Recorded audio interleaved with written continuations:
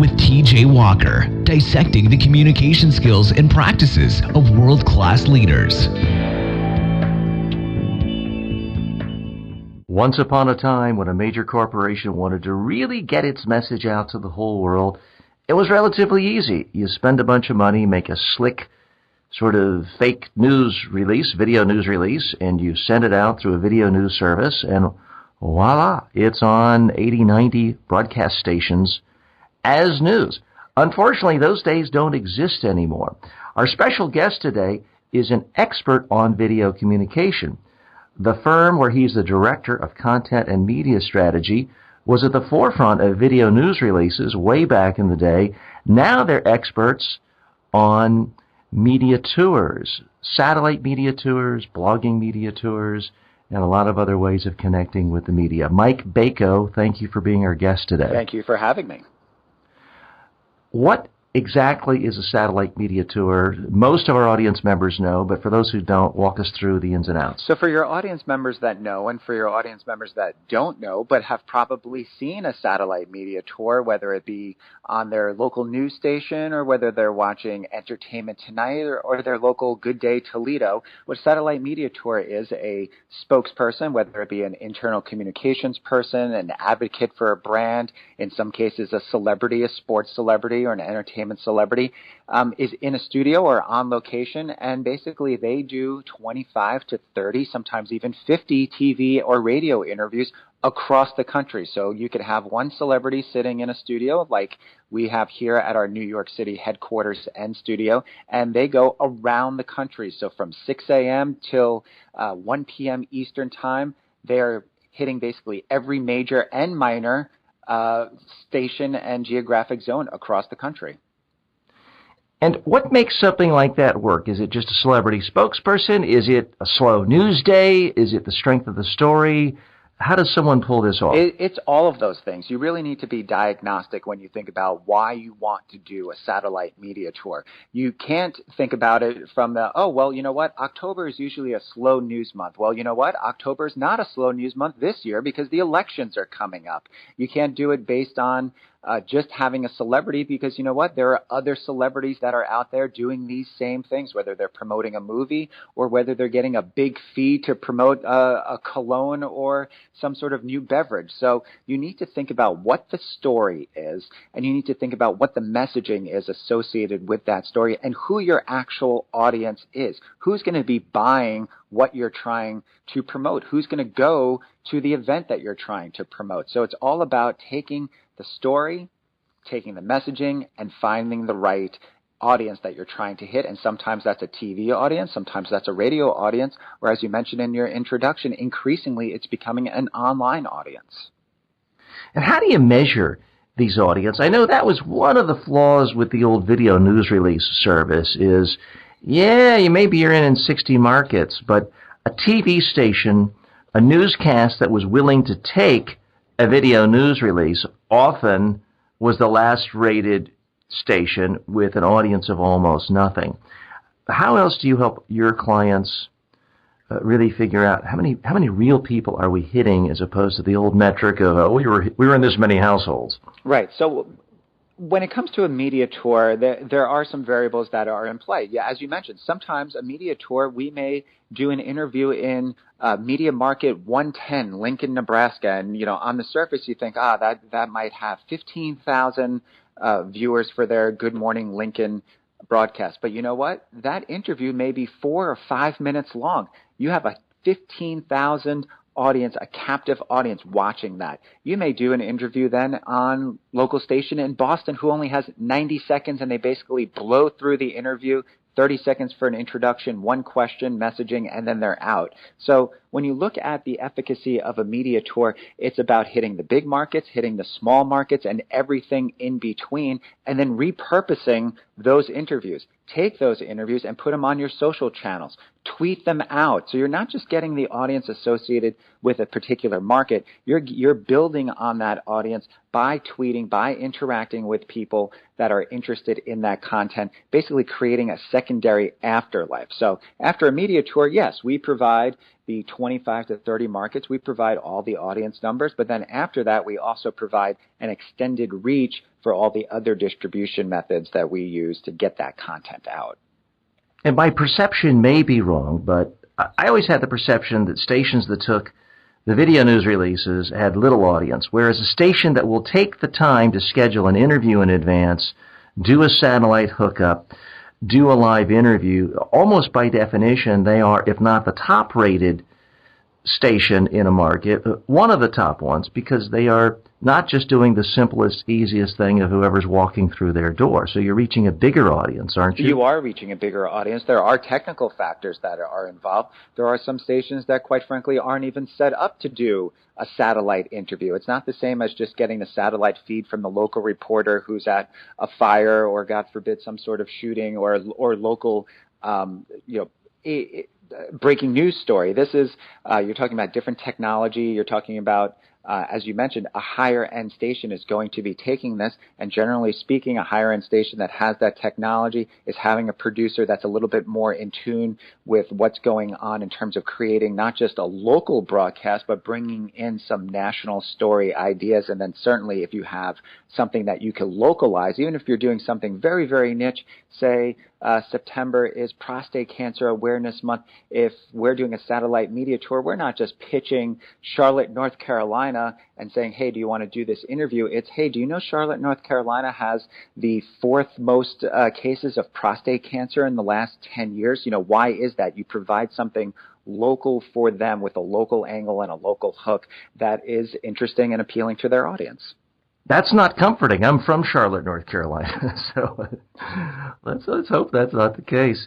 Now, Mike, a lot of our audience members, they're either PR firms, they are people in communications for major companies, small companies, governments, UN organizations. Some of them are thinking, well, that sounds great. I should just do this myself. And certainly some of this can be done. Walk us through the ins and outs of putting together a satellite media tour. What's the value of going with a big firm like yours that does this routinely? Because I'm going to assume that the technology is a part of it, but perhaps not the most important part. Well, it really depends. If you're talking about doing a blogger media tour, let's say, you know what, you may be able to do that from your Skype computer or a radio media tour, but there's a lot of legwork that's required to go into that. And then if you're really looking to take it to the next level and really the optimal way of conducting a media tour, mixing in TV and radio, the benefits of going with a firm like ours, with DS Simon, aside from the fact that we've got our own studio, we've got our own media relations team, our own production team, we have 30 years of experience behind us. So we've basically seen every variable that can happen out in the field. If you're doing a satellite media tour from, say, a museum opening or an amusement park or hotel opening, or from our studio here in New York, we're able to provide a comfortable environment, but also from a technical standpoint, everything is internal in terms of our communication means. We have all of our satellite hookups from here. So when you're dealing with stations that might not do satellite media tour interviews as often as we do, we're able to walk them through the process. What sort of connectivity do they need? What sort of satellite are they able to get? Can they even see the satellite? People just think of satellites as these things that are up and out there, and we use them on a daily basis, but there's a lot of intricacy that's involved in terms of where geographically you could see certain satellites. So there are a lot of real technical issues that go into it, and especially if you're doing something on location, you're at the whims of Mother Nature to a certain degree.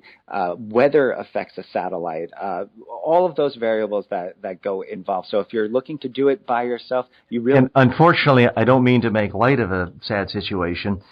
Whether the satellite blows up on the launching pad at Cape Canaveral is another issue. That is true, and I'm sure Facebook can attest to that. We're not doing a satellite media tour with Mark Zuckerberg or Facebook anytime, but those are all the things that go into when you're just watching at home. You think, oh, this is seamless, but you know what? How many times are you watching even your local newscast and they throw to a reporter and the reporter can't hear in the earpiece? There are all these variables that are involved in conducting a satellite media tour, any sort of live media opportunity. Our special guest is Mike Bako. He's a director at DS Simon. That's 3ws.dssimon.com. They are a video communication firm. They specialize, among other things, in satellite media tours for corporate, nonprofit, individuals, authors, experts all over the country and all over the world. You're listening to Speaking with TJ Walker. If you haven't already subscribed, please subscribe. Please share the link of this show on Facebook. Mike, a recent client of yours, I've never heard of them. I don't know what they are. It seems obscure to me, but I'm just an old man. Apparently everyone else in the world is very familiar with this product. Pokemon, what did you do for them? Indeed. So everyone probably is looking around right now and seeing if they have any Pokemon Go characters that they could capture from their iPhone. But what we did with Pokemon and the Nintendo brand was a internet blogger media tour mixed with a satellite media tour. So we did a traditional media tour where we hit a couple of major news outlets with the announcement of the new Pokemon game. So those were great. But when you're doing a media tour, you really need to think about your audience, as I mentioned earlier. And the audience for this was people that were going to buy the game. They didn't need brand awareness for Pokemon. People know about Pokemon, TJ, within a certain age demographic. They didn't need me. So you may be watching from your house in the morning, watching the Today Show or Good Day New York or whatever you may be watching in the morning. You're going to be watching that.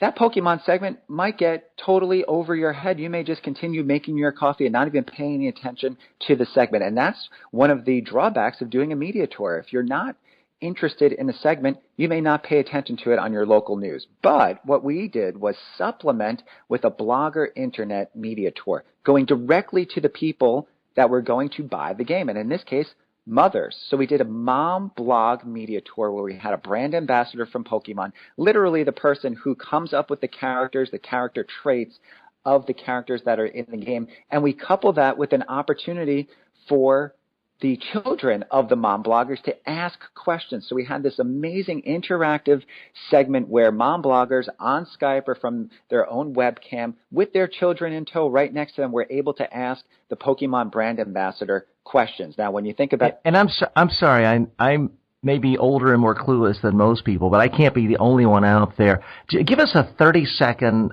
summary. What exactly is Pokemon for someone who's just landed from Mars and has never heard of it? So Pokemon is a video game. It's a character. It's a show. Nintendo was able to co-opt the Pokemon brand and basically create an entire universe around it. So there's Pokemon Go, which is an app for iPhones, and people go around to different locations. But what we were focused on was the actual Pokemon game. So it's a traditional video game that you're able to play on your Nintendo game system, handheld, or through the TV, and it is an absolute rage. And it's a game that moms and parents are okay with their kids playing because there's very little violence, teaches some life lessons, and it's just wholesome entertainment if you're into letting your kid play video games. Just don't be staring at your phone as you walk out into a busy street looking for exactly. one, I guess.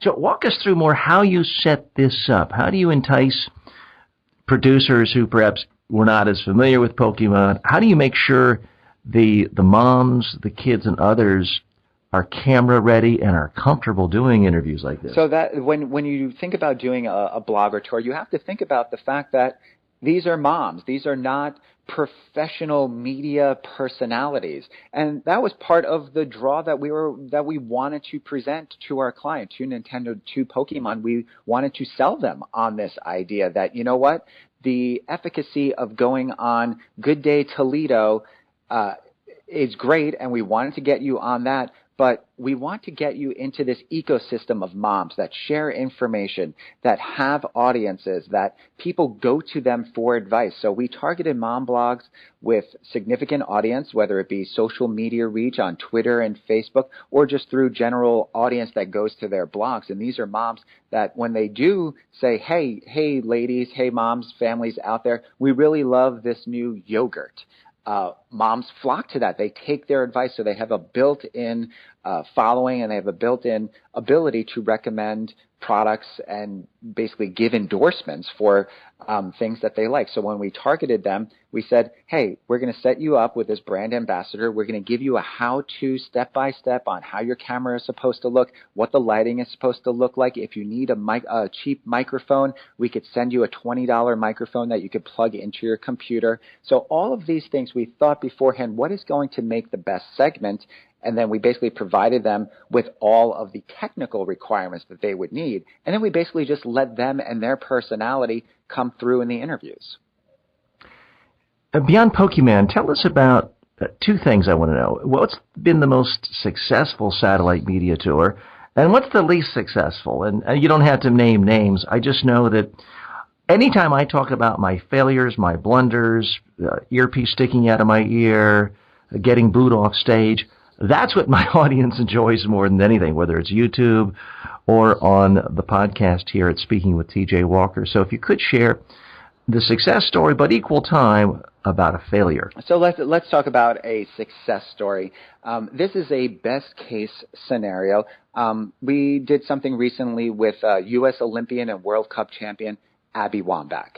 So what we were able to do with her, she was promoting a new video game that was tied into the Olympics, so it was Olympic promotion. So we looked at Abby Wambach and we said, okay, here's this female athlete. We have the Olympics coming up. She's a former Olympian. We have all this name recognition. She was branching out to do more than just her sports background. She was launching a new company for herself that is empowering female athletes and young athletes. So we looked at three different tiers that we wanted to hit. We wanted to hit national media, wanted to hit local media, and then we wanted to hit some parenting blogs that would have this message and be able to communicate it to their mom audience to empower the younger female athletes. So we took a business angle for national media, and we were able to get her, because she was launching this company, we were able to get her national placements on SportsIllustrated.com and CNBC during their lunch power hour. So she was talking about the business aspect of her background on that and getting in the messaging for the video game. Then from the local standpoint, we wanted to sell the video game. So we were able to target markets that had high interest in soccer. We wanted to target major outlets that were able to get her message out. So this was higher end targets and the local market. So we were able to hit everything from New York to Boston to Hartford to Seattle and Detroit. And that was her adventure into selling the video game. So the brand was happy with that. And then finally, we wanted to get this empowerment of young female athletes out. So we were targeting mom bloggers, and we were able to get her cross-platform on the mom blog. So when you look at a campaign that you have a celebrity like that, anytime you're able to get messaging on CNBC to a mom blog, that's a very successful tour, and that basically hits all quadrants of what not only the talent but the brand wanted to do. Now that sounds like a great success. That's the best. Now, that's the best case. Now scenario. for the opposing view. The opposing view. So one instance where we really just had very little to work with in terms of a story was a drug company wanted to get out the new release of a drug.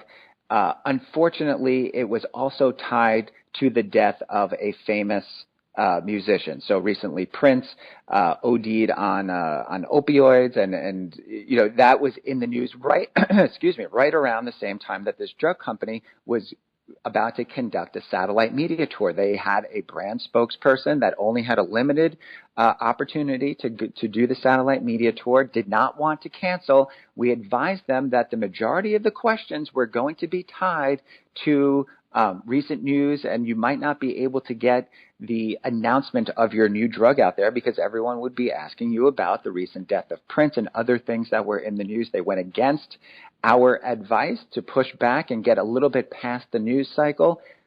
They did 22 interviews. 20 of the 22 started off with questions about the recent death of Prince. The spokesperson answered those questions, got very little messaging in about the new drug launch. Basically was just able to get in a website mention, and it was very, very pressed. So they were not able to they basically did a news media tour discussing the death of Prince, not the reaction to their new drug. So they did, which might be interesting and fun, but it's hard to see how that creates much of a return on investment. Exactly. So that's when you're at the whim somewhat of the news cycle, but you have. Now, I'm just curious. Did the client blame you? The client did not blame us. They knew what they were getting into, but they thought that their messaging would be bigger than the news cycle. And it may be in certain circumstances, but when you have a major celebrity, an all-timer like Prince who passes away, that's going to be what people want to discuss, and you're basically at the whims of what the news media wants to ask you. So they went against our judgment, and as you mentioned, the return on investment was very, very small, even though they went against our judgment. So you really have to know what's going on in the news cycle. You have to know who your spokespeople are. And going back to thinking about Abby Wambach, about 2 or 3 weeks after we did the satellite media tour, talking about being at the whims of not only what other celebrities are doing, your own spokesperson, 2 or 3 weeks after we did the satellite media tour, Abby Wambach was arrested for drunk driving, and during that time, she admitted that she had done cocaine and other drugs in the past. So the timing of that could have made that story one of our worst satellite media tours. So just a few week window, one way or another in the news cycle, is the difference between our best media tour and one of our worst media tours.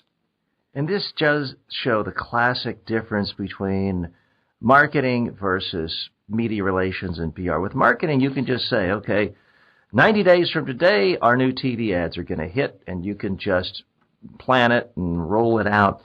When you're talking to the news media, you do have to keep your ears and eyes open for something bigger, more distracting. I don't care if you're president of the United States. If you're the president giving a major speech and all of a sudden there's a typhoon somewhere that kills 1,000 people, you've got to change. You've got to be flexible.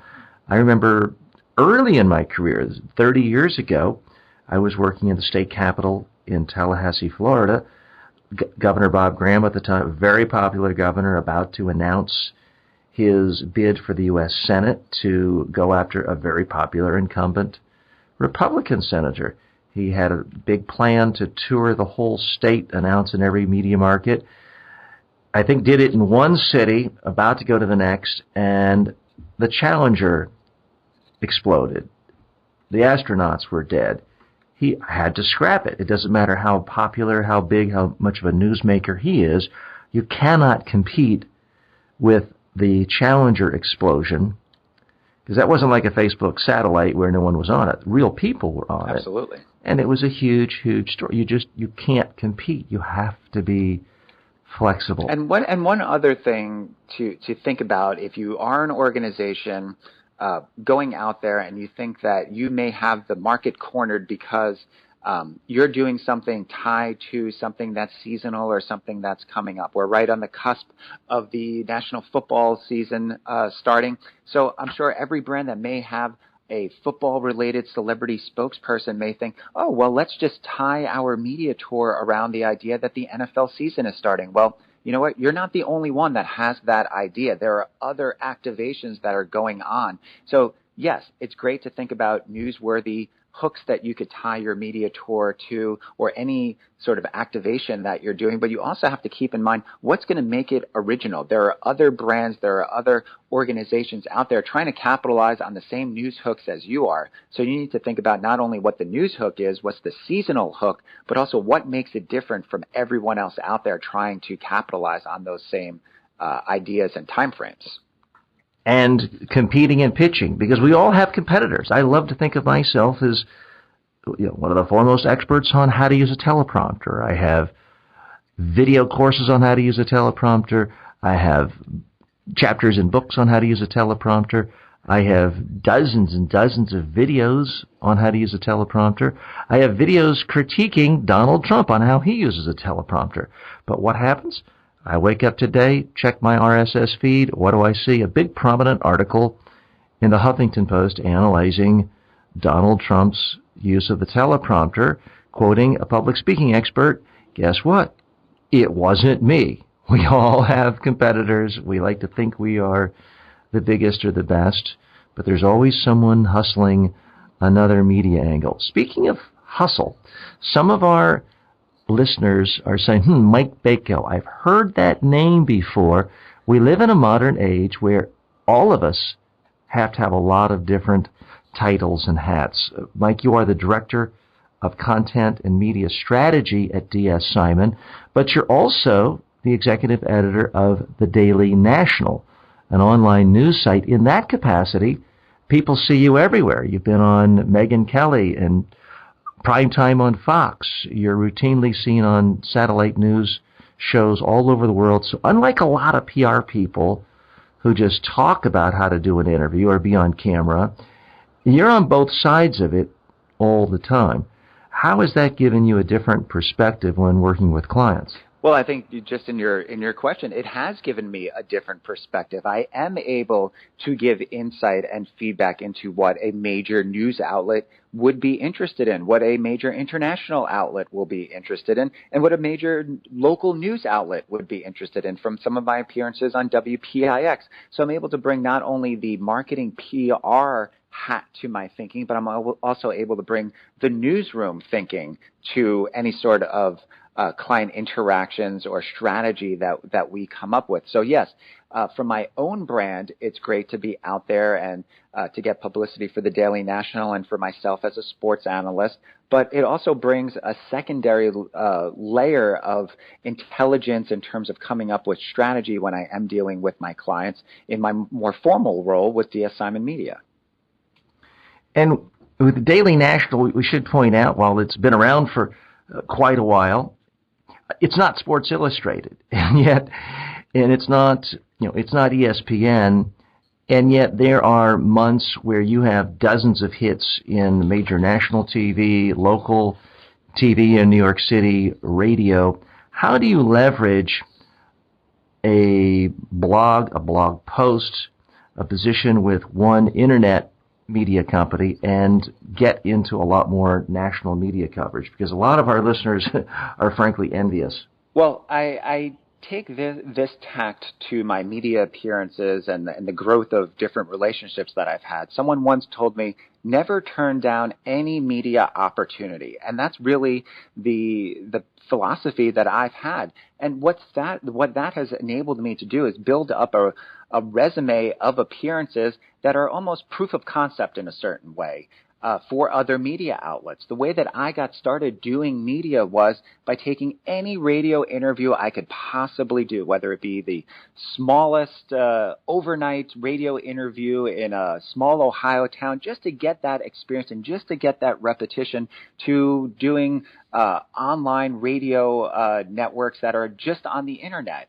And what happened with that? One of the radio producers moved on to work at Al Jazeera TV. So I did a small radio internet show with that producer, who then moved on to bigger and better things, recommended me for a segment. I was sitting in the green room at Al Jazeera about to go on when the host looked at my name and said, I don't know who Mike Bako is. I don't know what the Daily National is. But the producer said, listen, I've worked with this guy before. He could pull it off. Up until 2 minutes before they put that earpiece in my ear, I did not know if I was going to go on and do that Al Jazeera interview. Well, they couldn't find another guest, so I went on and did the interview. Afterwards, the host said, that guy was pretty good. We should have him on again. 2 days later, after obtaining that clip, another producer from Fox was interested in having someone come on talk about sports. I had that proof of concept clip, went on Fox News, and the rest is kind of history. One thing builds upon the other. So you're able to basically leverage any sort of relationship you have, any sort of media opportunity that you have, and then those things grow upon each other. It doesn't work for everyone. There are certainly times when I pitch myself to these outlets and they have a bigger name from a Sports Illustrated or from an ESPN that go on instead of me, but I've built up enough of a resume of on-air appearances and enough of a Rolodex of producers who bounce around from media outlet to media outlet that I've been able to build up this resume of international, local, and major news outlet appearances. To me, the interesting thing there that I think some of our audience members need to think about a little differently is, first of all, you were even interested in going into Al Jazeera. Al Jazeera is a well-respected news brand around the world. In the United States, not so much. And I've been on the network and wouldn't turn them down. But you took the time to pitch. They frankly doesn't sound like they were that respectful of you, but you stayed. You didn't storm out when they said, I don't know who this guy is. More important, you took the time to get the clip, leveraged it, and you've since been on Fox News, which is, even though a lot of people don't like it, the #1 rated news channel in the United States. You've been on that dozens, if not hundreds of times now. It wouldn't have happened, or certainly not as easily, without saying yes to a TV network a lot of people would have looked down their noses at. This is true. And you know what? You do need to have standards. If your brand is that you are left-leaning or very liberal, or you don't want to be associated with the Fox News, that may hurt your business interest, then by all means, don't go on that network. If you think it's going to put you in a disadvantage in terms of bigger and better things, if it's going to work against your brand, don't do those media appearances. But just keep in mind that exposure is exposure. And you really, if you're trying to build your brand, you never really want to turn down any sort of media opportunity. And even if you do something that may be against brand, you need to be able to leverage it. So get the clip, put it on social media, show that proof of concept. And even though it may be only one appearance, you may be able to leverage that to get on MSNBC or Rachel Maddow or any other show. Our special guest today is Mike Bako. He is the executive editor of the Daily National, a news website with a sports focus. You can reach him on Twitter at Mike Bako. That's spelled B-A-K-O. We'll link to that in the show notes as well. You're listening to Speaking with T.J. Walker, the show where we analyze the communication skills, tactics, and tricks of world-class communicators and how they use communication to succeed in what they're doing. Now, Mike, when I invited you to be on this show, you didn't even ask what it was about. You just said yes. I think that is a general positive principle of anyone I know who's really successful, unless you're the President of the United States, because you could do 10,000 interviews a day, there would be more requests. But when I look at so many wildly successful people over the years, Alan Dershowitz in law, Dr. Joyce Brothers, who's no longer with us, the one thing that you would hear from the smallest town talk radio producer is that you call these people, they'll call you back. They don't ask your audience size. They don't ask how big your city is. They just call back and they do the interview, maybe only for 2 minutes, but they have an attitude of yes. Whereas a lot of people, especially in the corporate arena, they want to know, well, is this person going to be 100% friendly? How big is their audience? They spend so much time talking themselves out of an interview, they don't see how these things do fit together in a bigger picture. Any thoughts on that? I think it just goes back to that principle of not turning things down. Obviously, if I didn't have an hour commitment today to speak to you and to speak to your audience, I would have thought twice about it. But I know what your audience is. I know what the basic scope of the interview was going to be, so I thought it was a great opportunity to get my messaging out. I'm getting messaging out for my corporate brand, but also for my own personal brand. One of the things that your audience may want to think about in terms of doing some of these interviews is, is it a low threshold in terms of getting your spokesperson repetitions and getting them just beyond media trained? You could do as much media training as you want, and great media trainers like yourself, when you leave a day of training, that person's going to feel great before they go onto a media interview. But it's not until they're actually on the line, listening to the questions, doing the actual interview, and then hearing themselves back in an actual show format that you really get the true understanding of what you sound like during an interview. So in terms of the efficacy of doing any sort of interview, think about how much exposure you want to get. If it's small or big, you know what? That you have to make that time commitment and understand what the audience might be. But then you also just need to think about how many repetitions you want to get under your belt. And for me, one of the reasons, aside from wanting to speak to you, is I've not done many long-form 1-hour interviews. I've not been able to speak to an audience and tell the sort of breadth of my experience and touch on both roles that I have from a professional standpoint. So I looked at this interview as saying, wow, it's going to be with a great interviewer. It's going to be with an engaged audience. And it's really something that I've not done before. So also think about it from that standpoint. And we should put out full disclosure. Mike and I have known each other for years. He used to be one of our top trainers at Media Training Worldwide and is an all-around good guy, which is one reason I wanted to share his wisdom with our audience here today. Mike, you came to work with us, I want to say like a decade ago, and have since moved on to even greener pastures. But you grew up in the New York market, which is the media capital of the world. Who were some of the media icons that you really idolized as a child? I think as someone who was very much interested in sports and obviously has followed that passion, the person who I most identified with was someone on a national level was Bob Costas. I mean, when I saw his hosting abilities, not only from a sports perspective, but also the light bulb went off when I saw him hosting his own entertainment show. He used to do a show called Later with Bob Costas. And when I saw his ability to one day speak with a Super Bowl winning quarterback like Terry Bradshaw, and that made sense to me. Bob Costas, he's interviewing Terry Bradshaw, that makes sense. But then the next day, he interviewed Gloria Steinem. The day after that, he interviewed Governor Mario Cuomo. After that, Paul Simon, Bruce Springsteen, Billy Joel. It was amazing to me that someone who I identified as a sportscaster was able to interview all of those people. And what it made me realize is, hey, I need to know about sports, but I also need to know about politics, pop culture, geography, world history, any of those opportunities that will increase my awareness of the world around me, make me more well-rounded, but also down the line, even as a 14, 15-year-old, know that that would make myself more marketable as a media entity down the line. So that's just something that stuck with me and that I've carried into my career where even though I'm a sports guy, I know about so many other things because it dawned on me that the media is ever-changing and you can't just pigeonhole yourself to just one sector, if you will.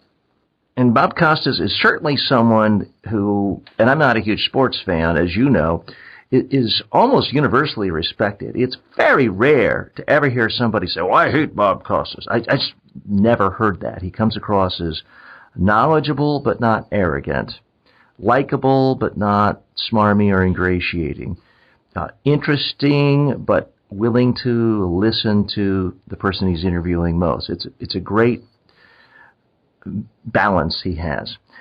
But I don't think... And one other thing... Mm-hmm. Go ahead. No, go ahead, Mike. So, and one of the things that he was able to do is you could get a sense of his personality as well. So it wasn't just when you watch a newscast, when you watch certain interviewers, you know, Wolf Blitzer is a great interviewer, but I don't really know what his personality is like. What the thing that Costas was able to do was you knew that he had a sense of humor. You knew that he was self-deprecating. You knew that he had a little bit of sarcasm to him. And you knew that he knew that he was well-informed, that he could sit there with Paul Simon without any cue cards or index cards and talk about an album from 1967 the same way that he would about, you know, certain musical influences that went all the way back to his childhood or present day. So he knew his subject. He knew where he wanted to go with the interview, but if it went off in a slightly different direction, you know what, he could go with the flow because he was very well versed in basically anything that may pertain to his guest. Well-rounded. We all know certain sports fanatics who can tell you the batting average of every single 1937 New York Yankees, but can't tell you the name of the sitting vice president. Bob Costas is not like that. He's obviously well-rounded. He's not someone I think of as a New York sports personality because he's the St. Louis guy. Are there any other voices perhaps unique to New York you grew up listening to? The thing that I realize about New York is that anchors come and go, but there are certain guys like Chuck Scarborough, who has been here for so many years. He's the local anchor on the NBC affiliate. And you just see the way, and I don't know if Chuck Scarborough is from New York or from Ohio or from California, but I know him as a New Yorker because he's been around for so long. You know, when you turn on the news, you're not going to get fluff. You're going to get the news, but you're also going to get someone who's a steady hand, who's been there for so many years. So I grew up watching him, and when you could grow up watching someone when you're 10 years old and getting your first experience watching news to when you're in your 30s and about to have a child and it's the same newscaster, he's doing something right. So whenever I watch Chuck Scarborough on the WNBC affiliate here in New York, I'm watching him, I'm getting the news, but I'm also trying to pick up on certain things. Like, what is he doing that he has been around for 30-plus years anchoring the 6 o'clock and the 11 o'clock news? That is a rarity to be able to stay around in the number one market for that long. He's definitely a polished pro, and I've been on his program, as you have too, and been interviewed by him. For those of you who aren't familiar with him, he is the main news anchor for the NBC affiliate based here in New York City, but not known to most people around the country. Interesting note, and hey, I'm a middle-aged or an older than middle-aged white man. Mike, you're a younger white man. It did get a lot of attention. This was, I don't know, 5-7 years ago. Chuck Scarborough was, I guess, turning 65 or 68. His co-anchor was a woman who was exactly the same age, I think almost to the month. They had the #1 rated newscast. She was fired for being too old. He was given like a new 5 or 10 year contract. So it is an unfair world, I think, when it comes to aging men. They do seem to be able to last longer on the air, whether that's the sexism of media owners, managers, or the audience. I don't know. We'll have to leave that one for another day. But Mike, tell us about the best speaking appearance you've ever had, whether it's in person or on media, and tell us about the worst. Well, the best and the worst are actually the same thing. I did a speech about 6 months or so ago, a little bit more than that actually, at the IABC of New Jersey, so the International Association of Business Communicators, New Jersey. It was billed as a big audience of business communicators. It was going to be a nighttime speech at Rutgers University. Everything was lined up to have a great evening. It was going to be right in my wheelhouse of not only bringing in my de-assignment experience, but my daily national experience. It was going to be about a speech about picking the right spokesperson and how to leverage your media brand. So everything lining up for a great speech. They were going to have about 250, 300 of these business communicators coming for their monthly meeting. 2 days before, major snowstorm hits the New York, New Jersey area. So if it's a random Thursday night, do you really want to battle the slush and the ice to trudge out to hear someone speak about picking the right spokesperson? If it was a nice evening, maybe you go out, you network a little bit, but some of those other variables came into play, and basically people were dropping left and right. So what I thought would be a couple 100-person speech turned out to be a speech in front of 13 people. Well, I still went ahead with the speech. I came down off the stage, basically stood in front of the front row of people and interacted. I changed my speech completely around and asked the audience members questions. I went off of what some of my scripting was and some of the PowerPoint and video examples, but I basically just got down in the trenches and didn't make the speech about what I was going to be discussing. I made it about them. Hey, Tom, when was the last time you used an outside spokesperson for a media tour, for any sort of media appearances? Oh, you never have? Let me show you this video example. I basically took down whatever my speech was going to be and made it a lot more personal to the people that were listening. So that was the best and the worst speech, because I went into it thinking that it was going to be a complete disaster. I turned out being one of the best speeches I've ever given, and it's really informed me for other speeches that I will give in the future, whether it be in front of 13 people or 250 people. I guess my question there is, if it works so well, personalizing it, being interactive, why couldn't you have done that if there'd been 300 people in the room? I probably still could have done that. I probably should have thought about doing that beforehand. I know certain speakers like to get to their events early and network and mingle with the people and have those interactions, so they are able to say, hey, Steve, you know what? Earlier when we were talking about X, Y, and Z, you mentioned this. Well, what about this? Does anyone else in the audience have that same experience? So those are all things that I've done in past speeches, and certainly will do more so in the future, especially learning the lesson of how well this 13-person speech went. And I appreciate you sharing that, but I'm not going to let you off the hook. That doesn't really classify as a blunder you made. And actually, there are times when I would have loved to have had 13 people in an audience. I once flew to Atlanta, Georgia, for a political debate against Bloomberg news anchor Bob Bowden, and we had 2 people in the audience. But you know what? We did the whole thing as if we had 2,000 people. But I want to know about a time when nobody's going to blame you for the weather, a time where you screwed up, because I've certainly made mistakes. I've made blunders. I've been booed off stages. I've fallen off a stage. I've had people cursing at me. I've had people pull a gun on me on the air. Tell me about a time when you specifically made a mistake and what you might have learned from it. Oh, are you still there, TJ?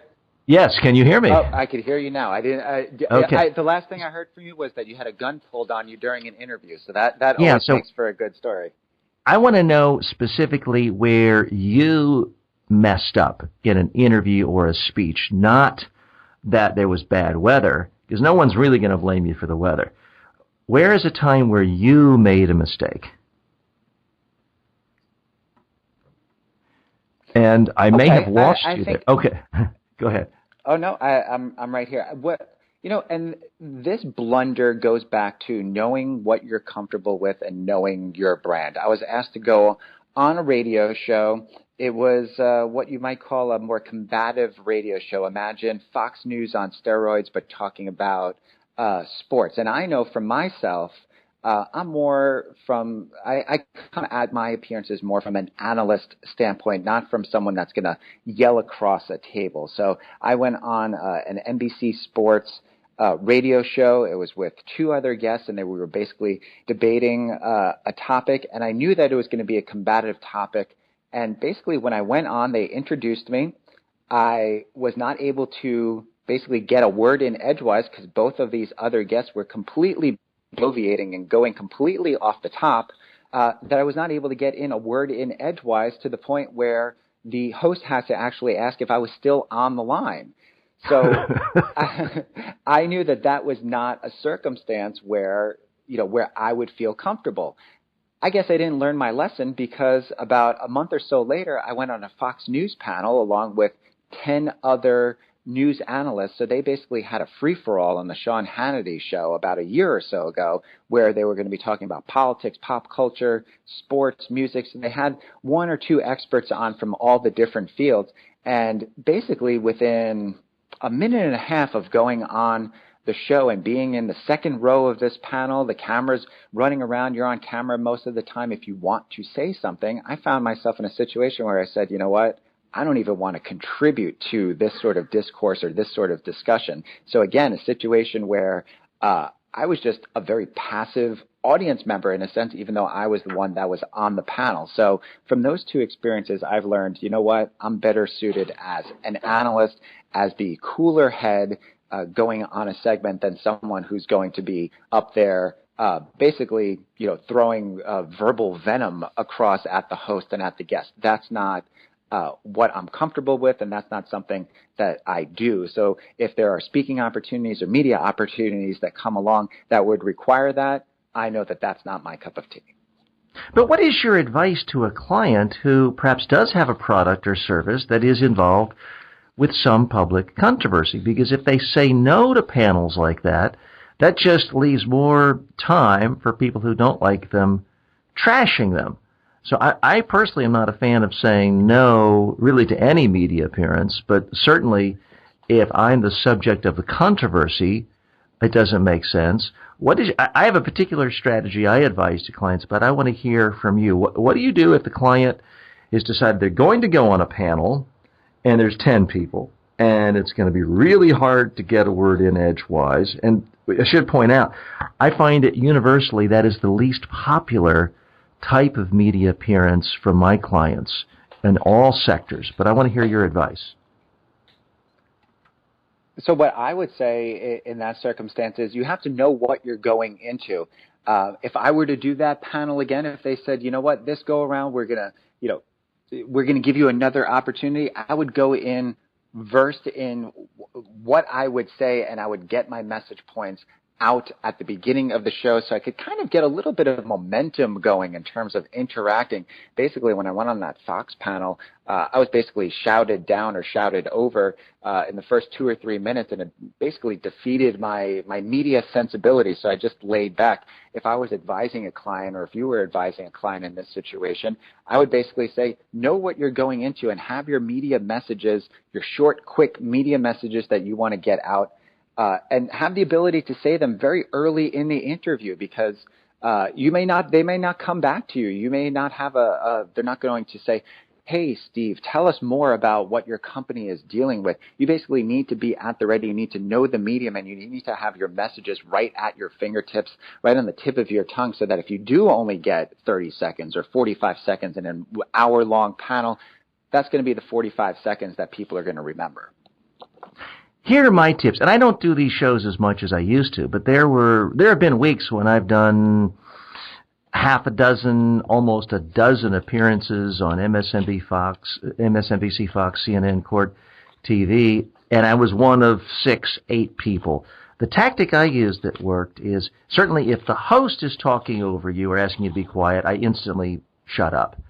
But if I'm starting to say something and someone else is butting in, I keep talking. I don't yell over them, but I keep talking, and the crosstalk makes it very difficult for the audience to understand. The host will have to pick you occasionally, and you cannot wait for someone to call on you. You have to just seize the moment, and you have to be able to make one specific point that doesn't have a lot of howevers, buts, or therefores. You just inject your point, and if it's a 5-minute segment and it's 2.5 minutes in, you're going to have to butt in. You don't like to be rude, but your time is valuable.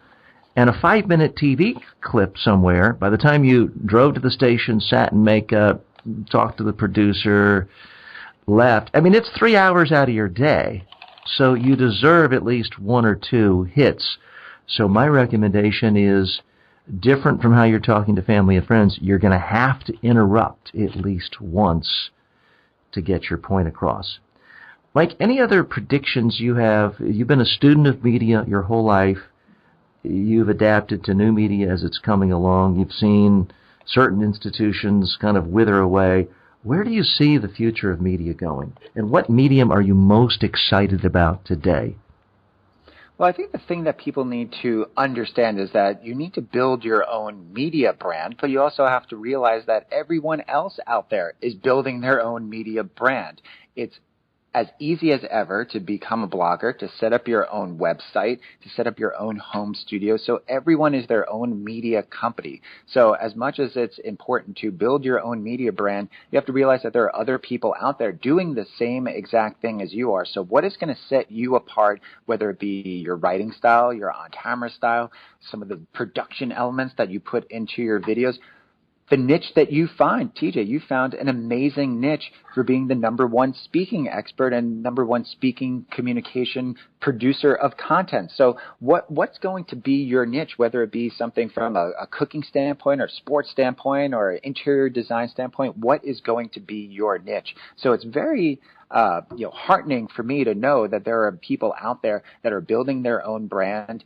I hope that there aren't too many sports competitors that are building their brand. I hope that producers still keep coming back to me, but I have to know that I have to keep evolving with the times myself. I have to keep creating my own content. I have to keep getting the content that I produce and the shows that I go on, keep getting that out into the social media stratosphere, keep interacting with the people that you mentioned. The earlier appearance I did with Megyn Kelly, I got a lot of negative social media commentary on my appearance about some of the things that I said, but I interacted with those people trying to turn them into my followers or fans or advocates. So you basically need to know that whatever you're doing, you need to be connecting with an audience, you need to be building your brand, and you need to be evolving your brand. And if you want to connect with Mike Bako, you can do so on Twitter at Mike Bako, B-A-K-O. You can also reach him at dssimon.com or the Daily National. Mike Bako, thanks for being our guest today. Thanks for listening to Speaking with TJ Walker, where the communication skills and practices of world-class leaders are dissected.